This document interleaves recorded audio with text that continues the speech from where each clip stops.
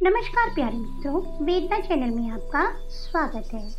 मेरी आज की कहानी का शीर्षक है दूसरा वर। विकास की ओर अग्रसर कस्बा करारी। करारी का 4 पुत्रियों वाला साधारण सा परिवार। निजी संस्थान के मामूली पद पर कार्यरत बाबूजी का स्तर साधारण है, पर लक्ष्य बड़ा है। पुत्रियों को कुछ दे सके ना दे सके, पर पढ़ने का पूरा अवसर देंगे। बड़ी पुत्री जानकी हिंदी विषय में एमए उत्तीर्ण कर करारी की निजी स्कूल में प्राथमिक कक्षा में अध्यापन करते हुए इसी साल 25 की हुई है। उसके पढ़ने के लिए बाबूजी जहाँ भी गए एक ही प्रश्न, कितना दोगे? बाबूजी पिटे हुए प्यादे की तरह घर लौट आते। कोई नहीं जानता था कि जानकी की शादी इतनी जल्दी तय हो जाएगी और इतनी आसानी से बात बन जाएगी। तय तिथि पर लड़के वाले जानकी को देखने आ रहे थे। लड़के के माता पिता जीवित नहीं हैं। 2 भाई हैं जो चाचा जी के साथ आए हैं, लेकिन 3 नहीं 2 प्राणी ही तशरीफ लाए। जानकी से छोटी मेहमानों की आवभगत में तल्लीन मैथिली बुलावे के लिए सज धज कर तैयार बैठी जानकी से बोली, चाचा जी और लड़का ही आए हैं। लड़का इतना सजीला है कि जानकी तुम्हारा जी मचल मचल जाएगा। जानकी शर्मा गई। सजीले को देखकर मधुश हो जाओगी। चलो, बैठक में तुम्हारी ही पुकार हो रही है। बैठक में संलग्न जानकी की दृष्टि नहीं उठती थी। बड़ा जोर लगाकर उसने अगल बगल बैठे दोनों प्राणियों को देखा। सचमुच सजीला है। यदि कुछ पूछा जाएगा तो बताते समय अच्छी तरह देख लेगी। वे दोनों इतने सज्जन निकले कि कुछ पूछा ही नहीं। सज्जनों के जाने के उपरांत तीसरी बहन वैदेही ने पूछा, जानकी हरण करने वाले कैसे लगे? जानकी शर्मा गई। बाबूजी योजना बनाने लगे। लड़के वाले शादी जल्दी चाहते हैं। अगले माह अच्छा मुहूर्त है। अम्मा संशय में है। सब कुछ बहुत अच्छा है, लेकिन संभव जानकी से 10 साल बड़े हैं। बाबूजी बेफिक्र हैं। संभव डॉक्टर हैं, सुपर स्पेशलाइजेशन। फिर प्रैक्टिस जमाने तक डॉक्टरों की इतनी उम्र हो ही जाती है। मुझे तो संभव बहुत सीधे साधे और समझदार लगते हैं। इतने समझदार कि जानकी चाहती रही मोबाइल पर रोज बातें करें, पर संभव ने शादी की तारीख तक 4-6 बार ही बात की। बारात में गिनती के लोग आए। जानकी बड़ी हसरत से जयमाला के लिए मंच पर आई। मति भ्रम हुआ है कि यही यथार्थ है। जिसे चाचा समझा था वह डॉक्टर संभव है, और जिसे डॉक्टर संभव समझ पहली नज़र में दिल दे दिया, वह उनके दिल ठीक बगल में खड़ा उनका अनुज संयम है। जानकी सदमे में। संयम पूरी तरह चंचल हो रहा था। भौजाई जी, भैया को माला पहनाइए। मैथिली भी यथार्थ पर अचंभित थी।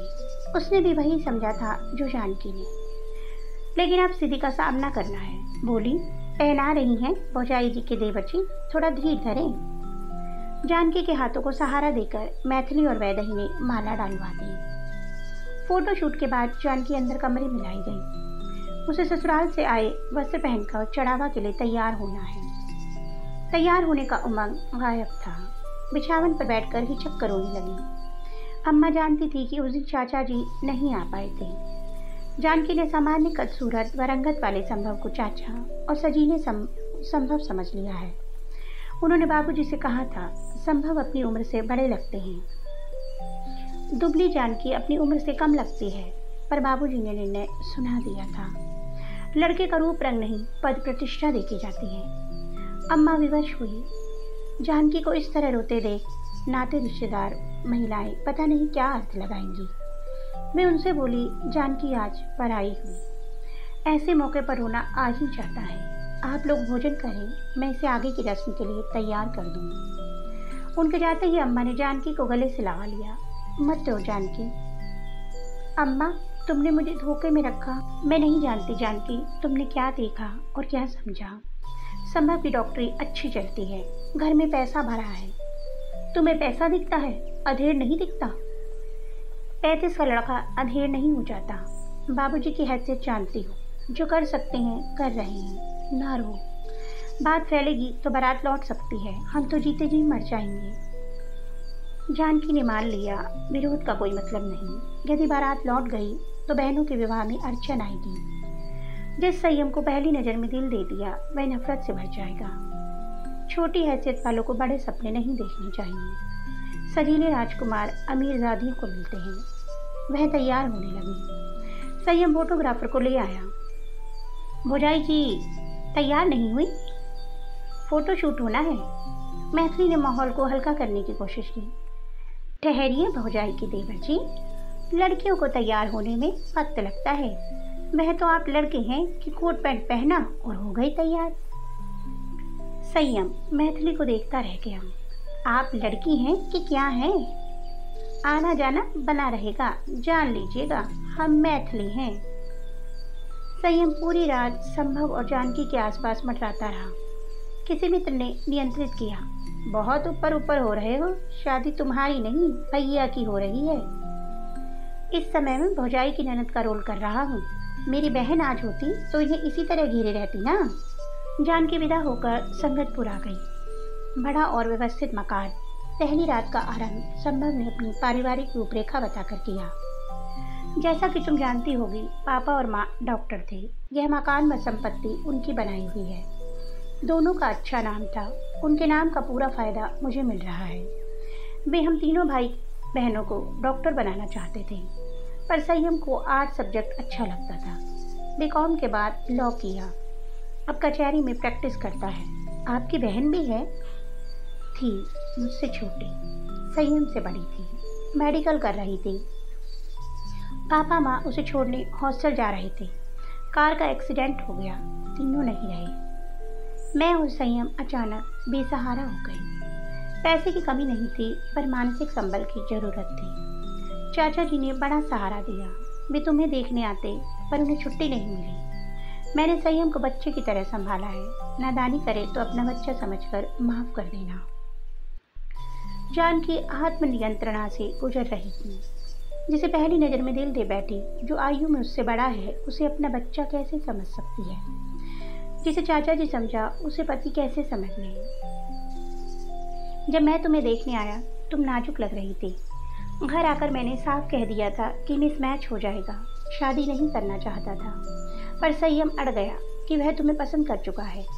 चाचा जी अड़ गए कि उन्होंने तुम्हारे बाबूजी को उम्मीद दी है। जानकी सोचने लगी, मैं संयम की पसंद और बाबूजी को दी गई उम्मीद की भेंट चढ़ गई। माँ के बाद यह घर कभी घर नहीं लगा।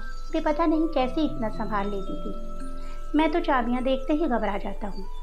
संयम की स्थिति तो मुझसे भी दयनीय है। तुम हंसोगी, पर मुँह दिखाई में मैं तुम्हें चाबियाँ दूंगा। संभालो अपना घर। चाबियाँ नहीं ले सकती। अभी आप मुझे ठीक तरह से जानते नहीं हैं।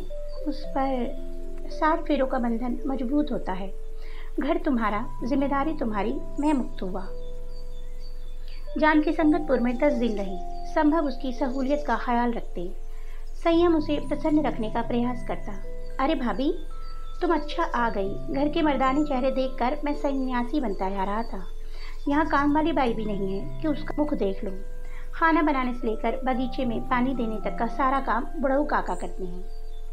संभव मुस्कुरा दिए। अब घर कैसा लगता है? जन्नत। कचहरी जाने की इच्छा नहीं होती। लगता है भाभी के पास डटा रहूं। शादी के बाद मेरे पैरों में बेड़ियां पड़नी चाहिए। पड़ गई तुम्हारे पैरों में। सही फरमाते हो भैया। माँ होती तो भाभी को रसोई के रात रहस्य बताती। आजकल मैं सास के रोल में हूँ। संभव कृतज्ञ थे।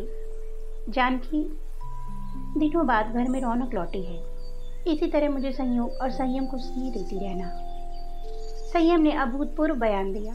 भैया के मुख से अब जाकर संयोग, स्नेह, सहभागिता जैसे शब्द सुन रहा हूँ, वरना वही x ray, MIR, ECG, syringe, drill. बाप रे, इसीलिए मैं डॉक्टर नहीं बना। डॉक्टर लोग बहुत कम हंसते हैं। संभव हंसते हुए बोले, मैं हंस रहा हूँ। अब थोड़ा हंसने लगे हो भैया। भाभी, भैया तुम पर लट्टू हैं। मैं हौसला न बढ़ाता तो कुंवारे रह जाते। जानकी सोचने लगी, विधाता शायद मेरा संयोग तुमसे जोड़ देते संयम। जानकी करारी लौट आई। अम्मा गदगद। दोनों भाइयों में बहुत प्रेम है। जानकी, तुम संयम को संभव से कम न मानना। संयम को कम नहीं, बढ़कर मानती हूँ।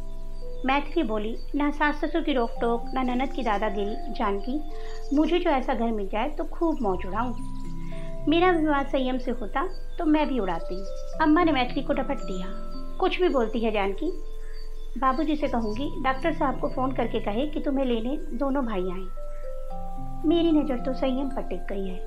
चाहती हूँ कि डॉक्टर साहब ना ही आए, संयम ही आए, लेकिन संभव आए। जानकी निरुत्साहित थी। कार ड्राइव कर रहे संभव ने उसके निरुत्साह का लक्ष्य किया। उदास हो, संयम को बुलाते, उसे बुखार है। कब से उदास थी, अब घबरा गई। घर पहुंचकर संभव ने संयम का टेम्परेचर चेक किया। मैं इसकी हाय तौबा से परेशान हो गया हूँ जानकी, अब तुम करो इसकी सेवा। संयम ने मुस्कुराते हुए कहा, भाभी तुमने मेरी केयर भैया से कम की, तो मैं तहलका मचा दूंगा। देवर का अर्थ जानती हो? दूसरा वर। मैं तुम्हारा दूसरा वर हूँ। जानकी उसे अपलक देखती रही। संकेत तो नहीं दे रहा। इस तरह घिरा रहता है जैसे समीपता चाहता है। किसी को मन में बसाकर तो यहाँ रहने की कोशिश कर रही हूँ, पर जानकी की किस्मत में सदमे ही लिखे हैं। बाबूजी अचानक आए। डॉक्टर साहब, मैथिली ने बीएससी कर लिया है, एमएससी बायोटेक में करना चाहती है। करारी में वह विषय नहीं है। कहीं तो यहाँ रहकर पढ़े, जानकी को अकेलापन नहीं लगेगा। जानकी सोचने लगी, बाबूजी ने मेरा इस्तेमाल करने के लिए मुझे अधेड़ से ब्याह दिया है। सास ससुर का झमेला ना ही है, इसीलिए इन लोगों को चाहे जब टपक पड़ने की पात्रता मिल गई है। अभी अम्मा बीमार पड़ी, बाबूजी यहाँ पटक गए कि करारी के डॉक्टर बेवकूफ़ हैं, संभव अच्छा इलाज करेंगे। क्षीण बुद्धि संभव ने उपचार किया और माता जैसा आदर दिया। अब मैथिली पढ़ना चाहती है, फिर वैदई, फिर छोटी सिया। मैं अपने घर में खासकर संयम को लेकर दखल नहीं चाहती। बोली, बाबूजी सुनो तो। लेकिन क्या करें इस क्षीण बुद्धि प्राणनाथ का। अविलंब कहा, बाबूजी सुनना क्या है, आपका घर है, मैथिली रहेगी तो चहल पहल बनी रहेगी। बाबूजी उद्देश्य पूरा कर चलते बने। जानकी सदमे में। संभव ने हाल पूछा, जानकी परेशान लगती हो? बाबूजी आप पर भार डाल रहे हैं, मुझे संकोच होता है। संकोच क्यों? इस घर में तुम्हारा अधिकार है। संयम खुश हो गया। बुला लो भाभी, मैथिली ने शादी में बहुत सताया, गिन गिन कर बदला लूंगा। मैथिली आकर माहौल में रंग भरने लगी। जानकी को संदेह नहीं, पुख्ता विश्वास है कि मैथिली संयम को लपेटे में लेने के लिए यहाँ स्थापित हुई है। उसमें रुचि लेकर संयम चालबाजी दिखा रहा है। 4th सेमेस्टर पूरा होते होते समझ में आ गया, रचना रची जा चुकी है। राज खोलने का भार संयम पर डाल 4th सेमेस्टर की परीक्षा होते ही मैथिली करारी हिचक ली कि उसकी अनुपस्थिति में संयम प्रस्ताव पारित करा ले। संयम प्रस्ताव लेकर जानकी के सम्मुख आया। भाभी कुछ कहना है? कहो। भैया से कहने की हिम्मत नहीं हो रही है, तुम मेरी मर्जी उनके दरबार में लगा देना। जानकी अब समझ रही है, फिर भी कहा, अर्जी का मजबून तो सुनो। मैं मैथिली से शादी करना चाहता हूँ। अब तक का सबसे भीषण सदमा। इस तरह चीख कर अभद्रता दिखाते हुए जानकी पहली बार बोल रही है। पागल हुए हो? उसी दिन पागल हो गया था जब मैथिली को पहली बार देखा था। मैथिली प्रेम व्रेम पसंद नहीं करती, उसका समर्थन है।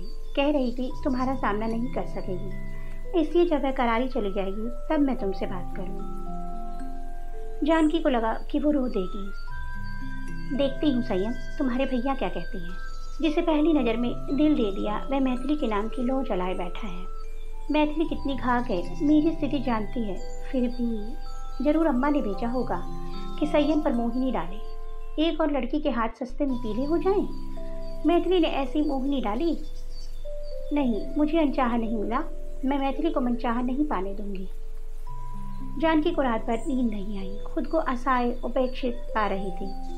संभव की संगत नहीं चाहती, पर वे अपनी भलमानसता में उसके समीप आना चाहते हैं। संयम की संगत चाहती है, पर वह पकड़ से छूटता जा रहा है।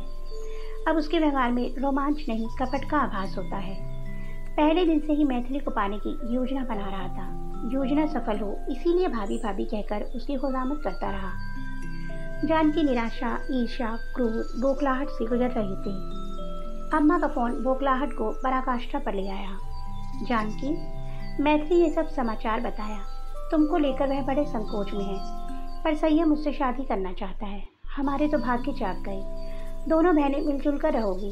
बाबूजी इतवार को डॉक्टर साहब से बात करने आएंगे। जानकी बौखलाहट में ललकारने लगी, अम्मा तुमने मैथिली को जानबूझकर पढ़ने के बहाने मेरे घर भेजा कि संयम पर मोहिनी डाले। संयम मोहिनी के जाल में फंस गया। क्षीण बुद्धि डॉक्टर साहब को क्या कहूँ। संयम उनके दिमाग में इतना घुस गया है कि उसकी खुशी के अलावा उन्हें कुछ सूझता ही नहीं। नहीं, मैं बोलूँगी अम्मा, तुम्हें मैथिली का बड़ा ख्याल है। मुझे धोखे में रखकर अधेड़ बदसूरत के साथ बांधा, तब मेरा ख्याल नहीं आया था। जब ये दोनों भाई मुझे देखने आए थे, मैंने डॉक्टर साहब को चाचा, संयम को डॉक्टर साहब समझ लिया था। तुम जानती थी असलियत क्या है, लेकिन मुझे नहीं बताया, मेरे साथ कपट किया। नहीं बेटी, नहीं, मैं बोलूँगी अम्मा, मैं अब भी सदमे से उबर नहीं पाई हूँ। अच्छी चाल चली तुम लोगों ने। मेरा दिमाग खराब है, इस विषय में मुझे बात ना करना चाहिए थे तुमसे। जानकी ने फ़ोन डिस्कनेक्ट कर दिया।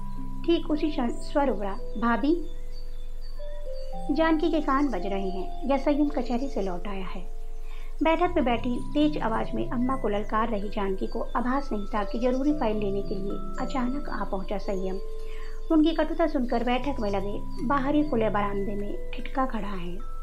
इसके आने की आहट नहीं मिली या दबी चाप से बैठक में दाखिल हुआ है। संयम, तुम जल्दी आ गए? फाइल भूल गया था, पानी पियोगे? हाँ। जानकी को राहत मिली कि संयम ने फ़ोन पर की गई उनकी बातचीत नहीं सुनी। सुनता तो प्रतिक्रिया जरूर देता, लेकिन जानकी महसूस करने लगी है कि संयम बहुत बदल गया है। कुटनी मैथिली करारी क्या गई, संयम की हंसी ले गई। संयम, मैथिली की याद आ रही है? उससे मेरा कोई वास्ता नहीं। शादी नहीं करोगे? नहीं। क्यों? अम्मा से तुम जो बातें कर रही थी, सुनकर शादी से मेरा विश्वास उठ गया। शादी के समय तुम्हारे मन में जो भी था, पर भैया के इतने अपनेपन को देखकर तुम्हारी धारणा में बदलाव नहीं आने चाहिए था। अधीर, बदसूरत, भैया में इतने गुण हैं, पर तुम इस मामूली बात पर अटकी हो कि वे खूबसूरत नहीं हैं। तुम तो बहुत खूबसूरत हो, पर दिल साफ नहीं है। खूबसूरती किस काम की? कपट तो हम लोगों के साथ हुआ है। सोचता था तुमने भैया का जीवन परिपूर्ण कर दिया है, उनकी भावनाओं को समझती हो।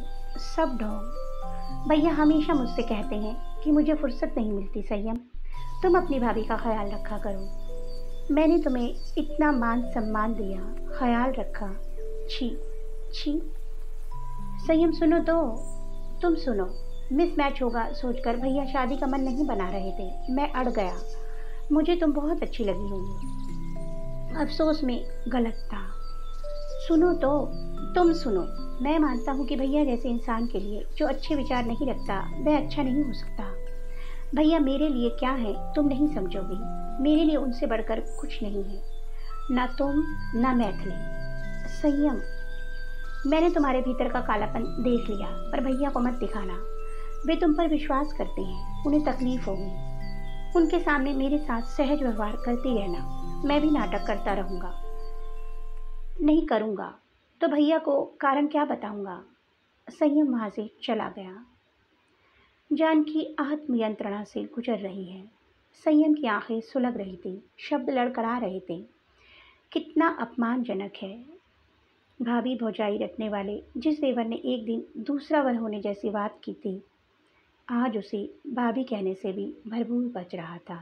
तो दोस्तों, आपको मेरी कहानी कैसी लगी कमेंट बॉक्स में अवश्य बताइएगा।